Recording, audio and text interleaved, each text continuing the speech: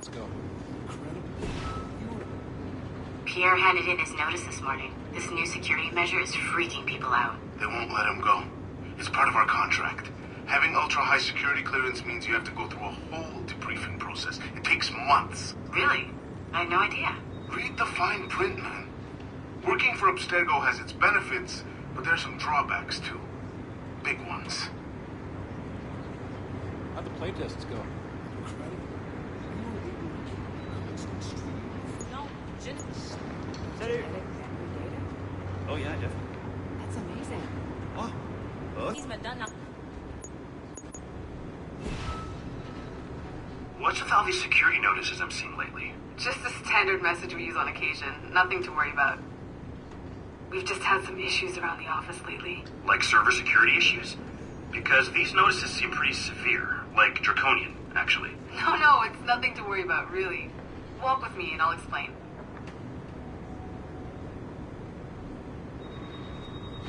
What's going on? I know. Salut. Hey, thanks for sharing the white whale data with me. I was able to track it down myself.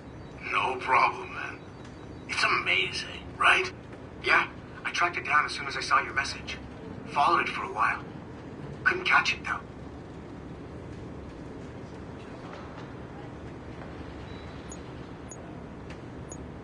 No. So?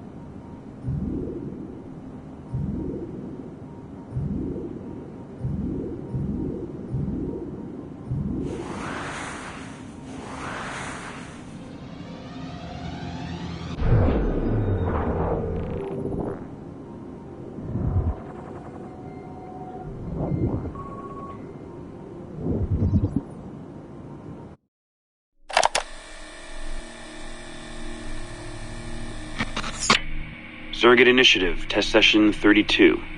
January 11th, 1981. Host Eileen Bach. DNA sample SB1970.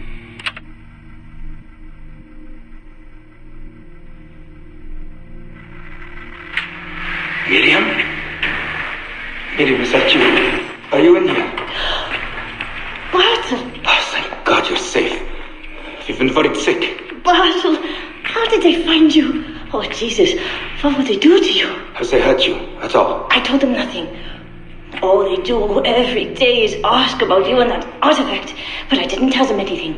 Nothing. I know you didn't, Miriam. But how are you? You aren't hurt? Not badly, no.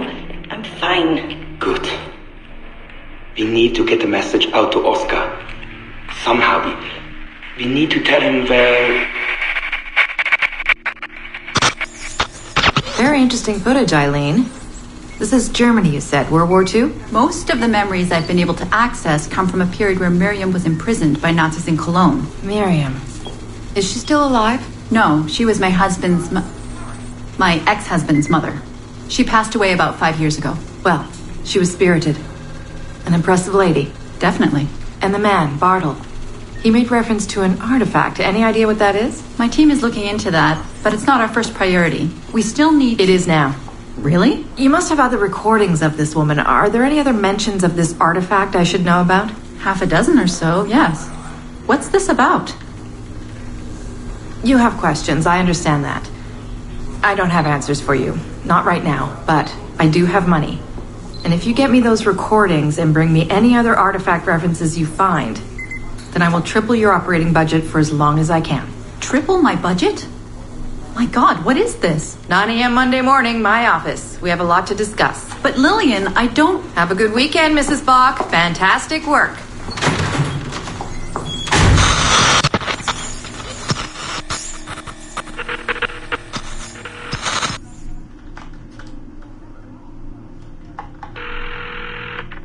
Hello, this is Carl. Hi, it's Eileen. Hey, how are you? Good. Busy. Cold. The winter's been terrible. Seamus won't like that. The weather's been mild out here. Well, he's only coming for a month. He'll live. And I'll be so busy he won't have to worry about his mother bothering him. Still working 12-hour days. I should move a bed into my lab. Look, if you're too busy, Seamus can stay with me. No, I want to see him. We'll have fun. You're not too busy to be a mom and a genius. Of course not. His flight lands at 8:15 p.m. tomorrow night. You'll be there? Of course. 8:15. p.m. Let him know you'll be there. Thanks, Carl. I need to run. I'm sorry. Take care. You too.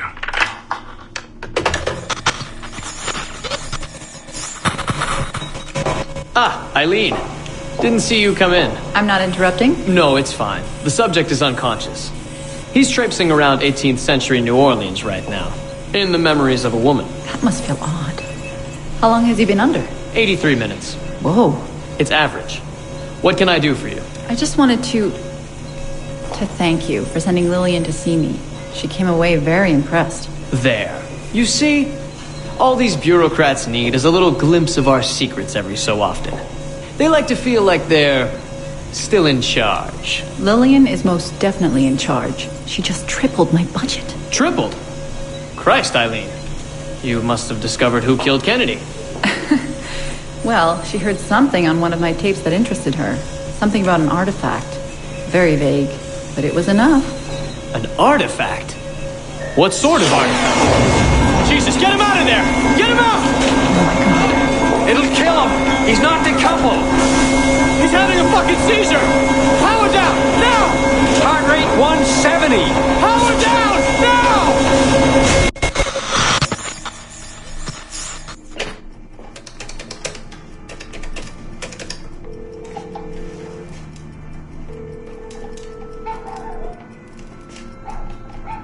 Eileen, Warren here.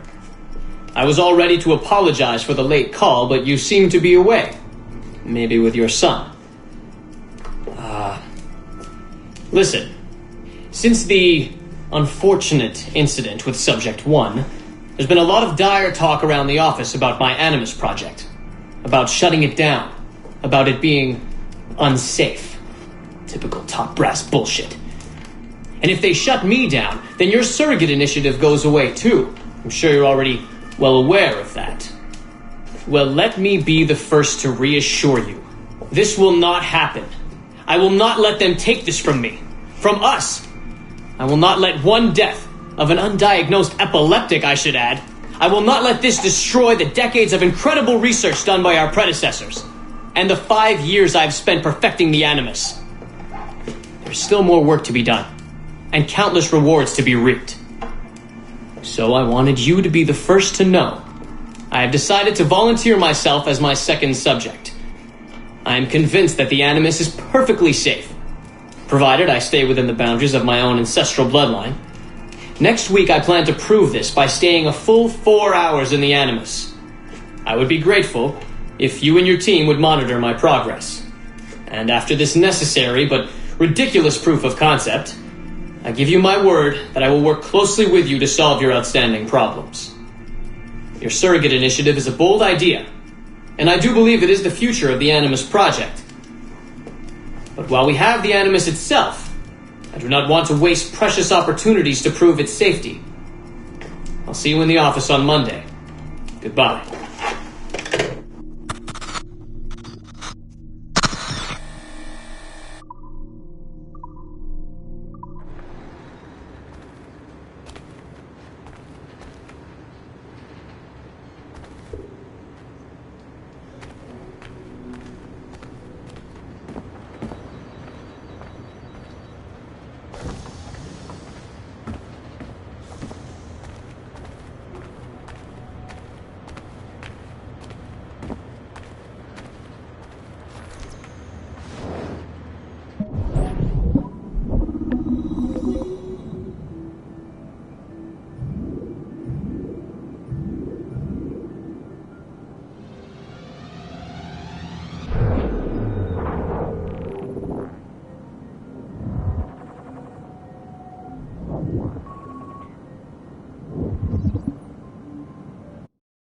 Hey, Dad.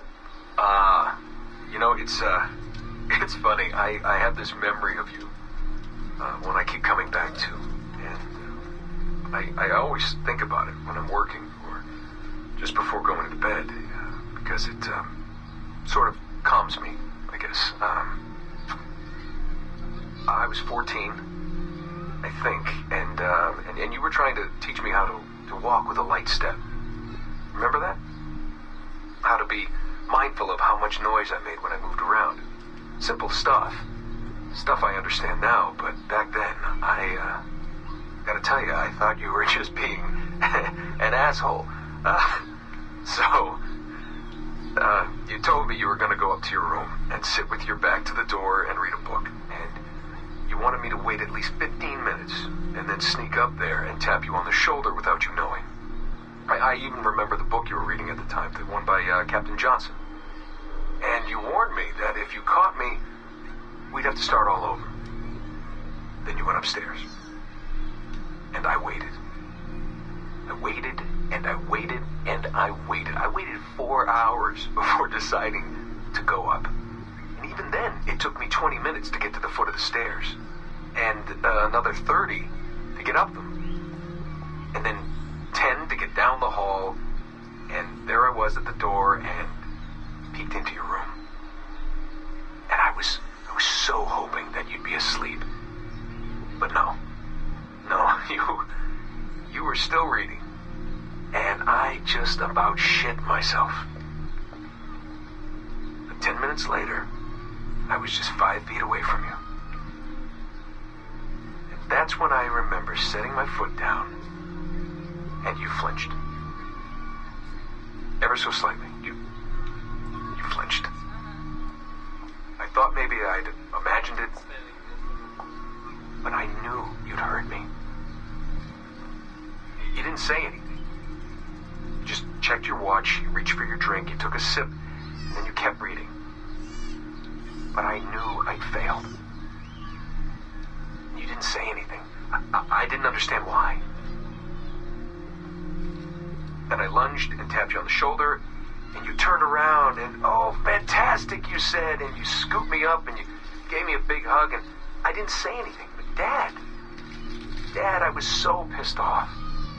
I wanted to scream at you. I failed, and you knew it, but you said nothing. And I stayed mad for weeks. I thought you were patronizing me. I thought maybe you decided right there that I was never going to be the man you wanted me to be.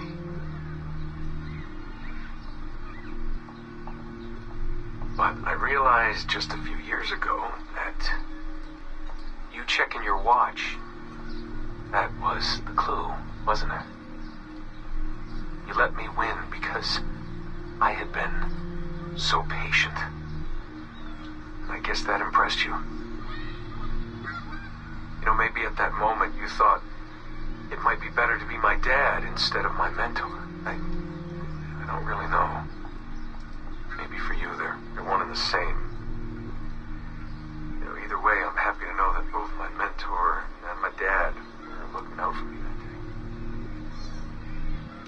I didn't understand that then. I think I do now.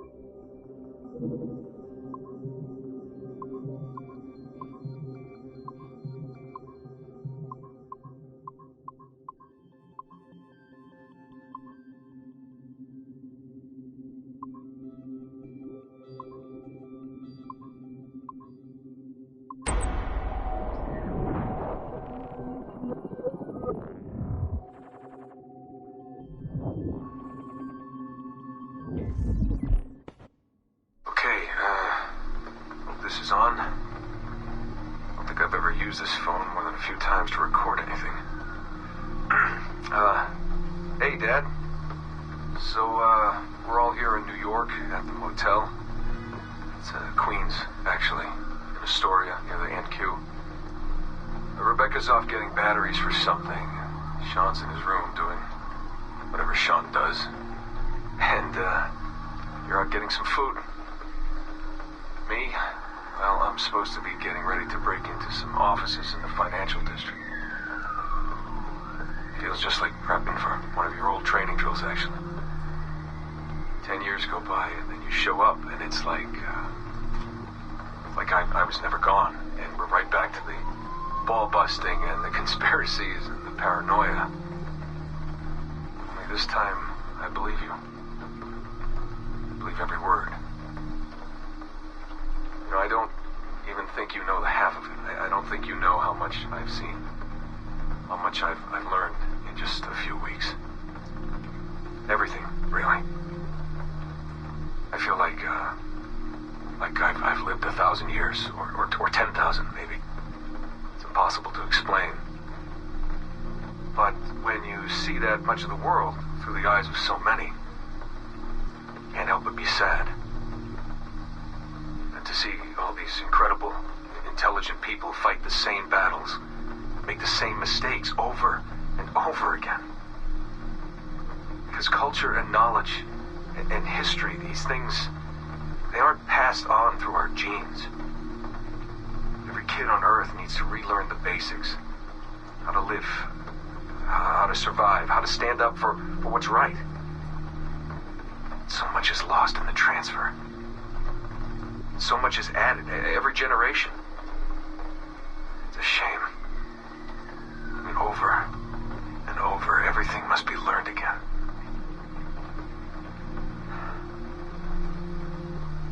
I met Clay, Dad. Clay Gesmerick, in the Animus. I knew him by his Abstergo handle, Subject 16. My predecessor. And he showed me things. He passed them to me just before he died. Or got deleted or whatever. Everything he'd learned, everything he'd seen. God, how do I talk about this? So, guess you trained him. Huh? After I left, he really looked up to you, and now that I've seen through his eyes, I think I understand why. I'm glad you had him around, even if I wasn't there. The things he showed me. Unbelievable things. And I never... Shit. Alright, I'll back in a second.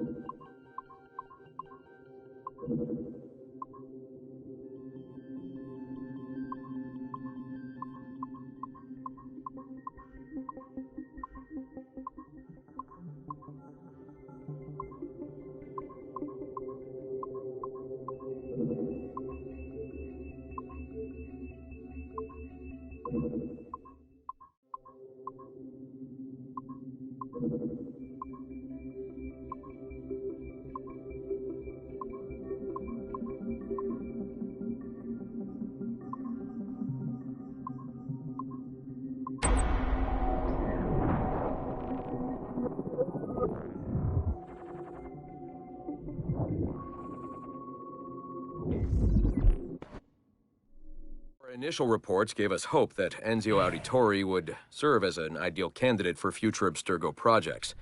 His charisma, sexual magnetism, and wry humor gave him all the qualities of a leading man. However, his corruption by the Assassin Order robbed him of these qualities as he fell deeper and deeper into a spiral of revenge. Enzio was frequently known to articulate a passive acceptance of evil. He was also a man of ugly contradictions, one who preached free thought, yet traveled well beyond his home country to proselytize his corrupted creed, just as he's doing here with this impressionable Chinese girl. Notice, too, that in his gestures and bearing there is still something of the old lecher in him. Enzio's entire personality is built around pure demagoguery, claiming his philosophy is about love when violence and coercion are his primary means of tackling problems. We have therefore come to the conclusion that Enzio Auditore da Firenze would be a risky character to develop.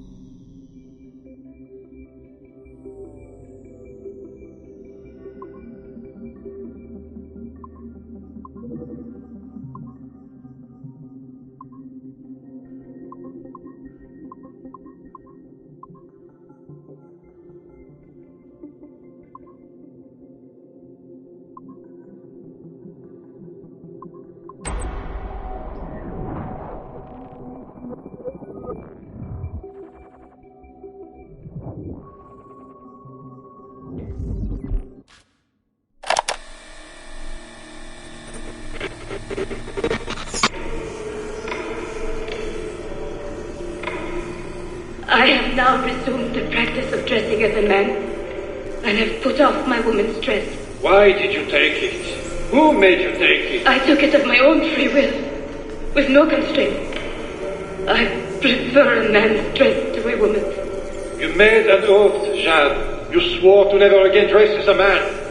I never meant to swear that I would not resume the practice. Why have you done so? Because it is more lawful and suitable for me to return to the practice of wearing a man's dress, being always among men, than to have a woman's dress.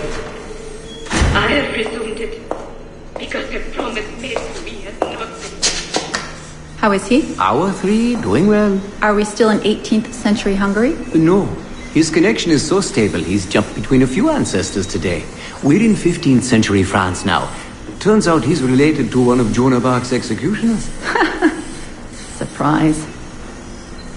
Eileen, yesterday Vidic asked me to help him work out some of the bugs in his audiovisual renderer, and I told him... No.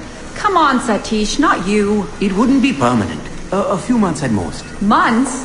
That will kill every ounce of momentum we have. It won't, I promise. Honestly, I think this could help us. If I can get a look at what these people are doing, we could... Come on. He's trying to pull you over to his side. Don't you see that? He's luring you with quick victory and prestige.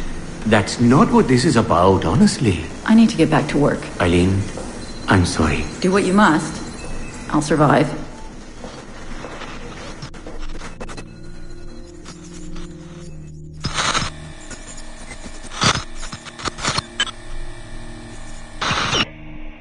Surrogate Initiative, Test Session 32, April 2nd, 1981.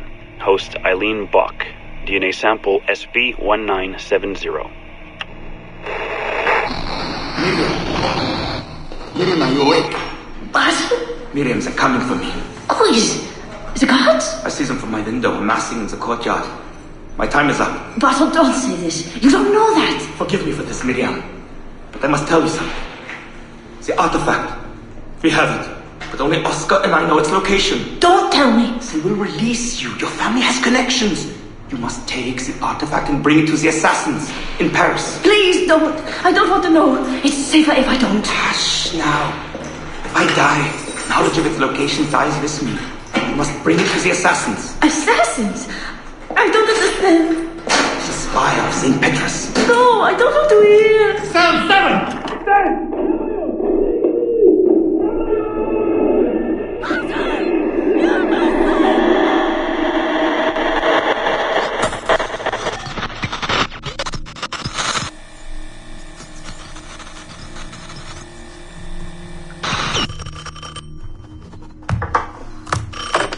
Hello? Eileen, hi. It's Carl. Carl, I know it's you. Sorry, you just sound exhausted. Did I wake you? No, I've just been busy. It sounds like it. I'm just a little tired, that's all. No, I mean, your project sounds fascinating. Your colleague, Dr. Warren Vidic, he called me recently and he told me what you've been up to. He what? Warren? Yeah, he told us about your research, memories, ancestry, all of that. He even asked if we'd be willing to come in and... No! Jesus, no! What the hell is he doing? Eileen, it's okay. We signed some papers, non-disclosure stuff. No! He's trying to fuck me over. Damn it! Eileen, we just talked about my mother, just like you and I did. World War II. That's all. It's the artifact. The what? Carl, if he calls you again, you tell him you work through me, okay? That's it. Vidic has been a pain in my ass for years, and I don't need him getting all the glory for my 2 years of hard work. All right. So how should I go about this? I mean, the wheels are in motion. I don't know. Just go through me if he contacts you again. Please? All right. You'll do that? Of course. Yes. Thank you, Carl. I'm sorry I was short with you. I've just been exhausted. That's all. It's all right, hon. Just take care of yourself. Morning, Eileen. We're almost ready. Just a few more adjustments. Okay. I had the team do some research on this artifact we've been chasing, and it appears the Third Reich actually found something matching its description sometime in 1940. Eileen, are you all right? Sorry, yeah. I'm fine. Just a little scattered.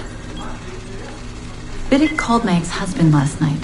He wants to put him in the Animus. To find the artifact before us? Exactly. Well, it would be fast using Vidic's Animus. And maybe that would get us back to our original work. Satish, if we let that happen, then all our money dries up. Lillian is paying for us to find the artifact, not improve our methods. Do you understand? Right, of course. I'm sorry. Let's just burn those bridges when we cross them.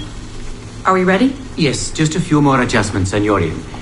I made a small change to the genetic input modulator. I'm hoping that buys us a few more minutes. Even a few seconds would be nice. I'm ready. All right, settle in.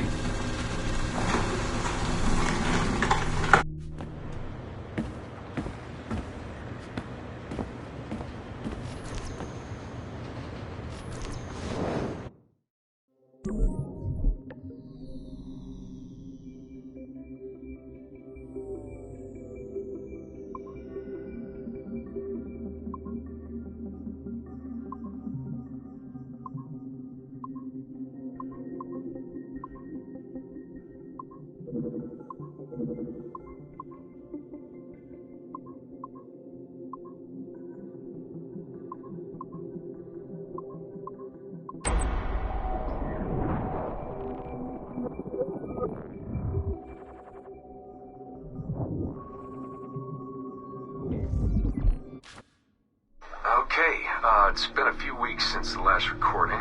Sorry about that. Of course, I guess it's just a few seconds for you. I'll leap down the playlist. Anyway, I was talking about Clay. Casmeric, subject 16. So, when I fell into a coma back in Italy and woke up in the Animus Black Room, it was, so calming. It felt like I had woken up into a dream. Haze. A dream where none of this mess had ever happened. Felt like I should just be getting ready for another day of pouring drinks at bad weather and another day of complaining about being between girlfriends and wondering what the hell to do with myself. But when I saw Clay just sitting there, it started to come back, piece by piece. And when he told me about Lucy,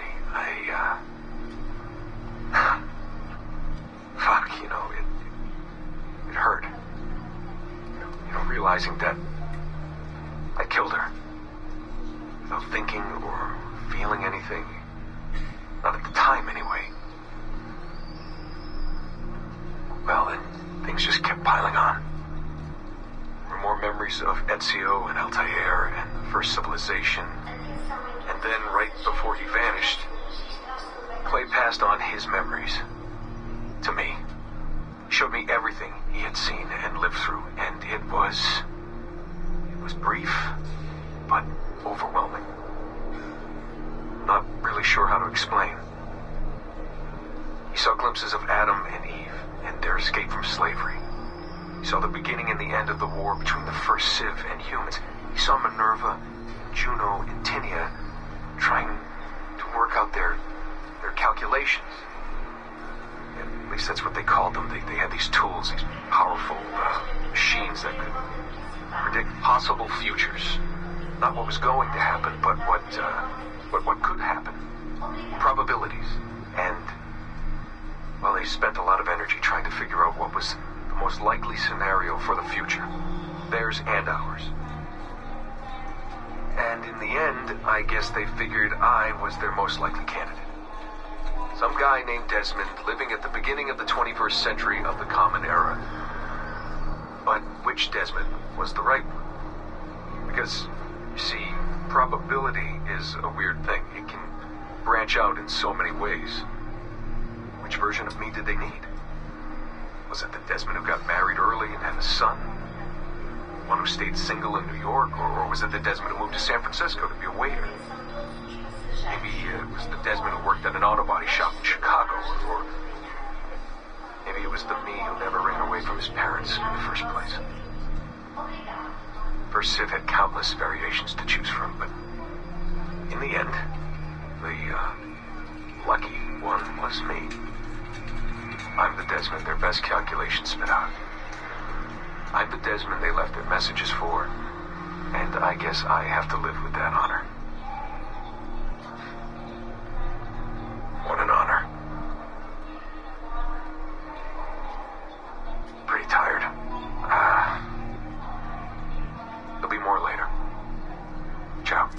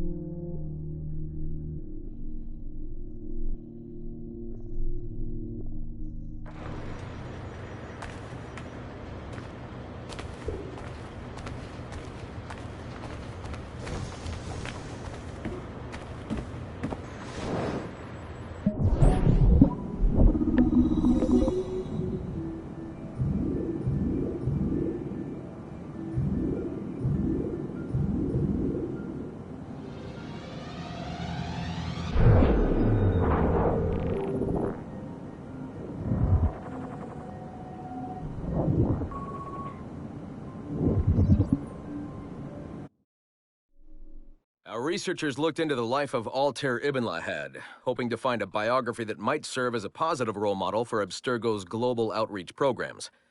Unfortunately, this renegade assassin proved to be no such thing. In much of his footage, we see a man gleefully flouting some of his culture's most entrenched taboos, with an arrogance that borders on messianic. Altair!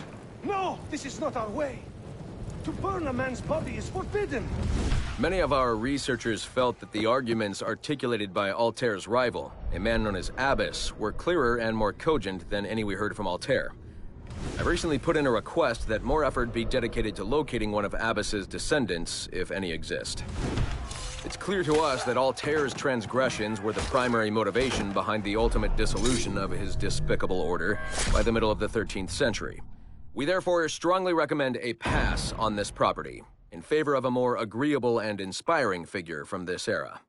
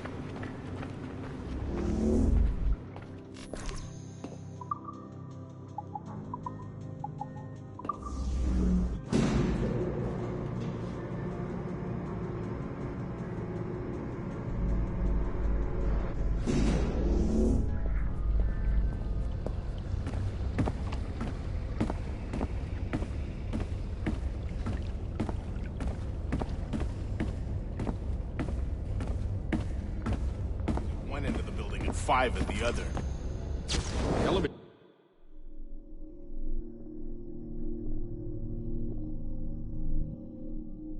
Don't scare me. Feels like a high-tech...